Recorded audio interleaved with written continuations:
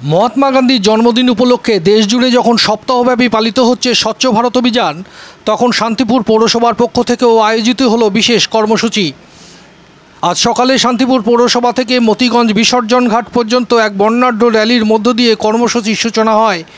গান্ধীজির স্বপ্নকে সামনে রেখে র্যালিতে অংশ নেন পৌরপতি, কাউন্সিলর, পৌরকর্মী ও সাধারণ মানুষ।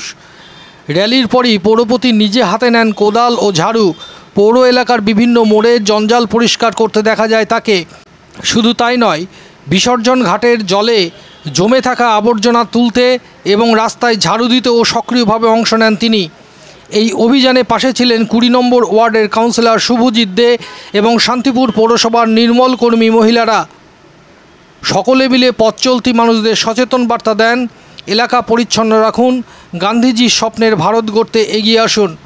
পৌরসভার পক্ষ থেকে জানানো হয়, শুধু একদিনের কর্মসূচি নয়, বরং প্রতিদিনই পরিবেশ পরিচ্ছন্ন রাখার দায়িত্ব নিতে হবে প্রতিটি নাগরিককে। তাহলেই সম্ভব হবে স্বচ্ছ ও সুন্দর সমাজ গড়ে তোলা। ব্যুরো রিপোর্ট, বাংলার প্রতিনিধি।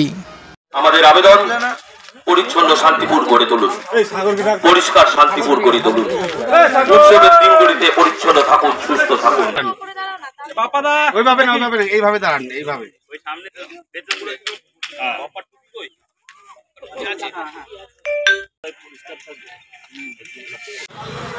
মাননীয় পৌরপতি সুব্রত ঘোষ মহাশয় আমাদের সঙ্গে আছেন।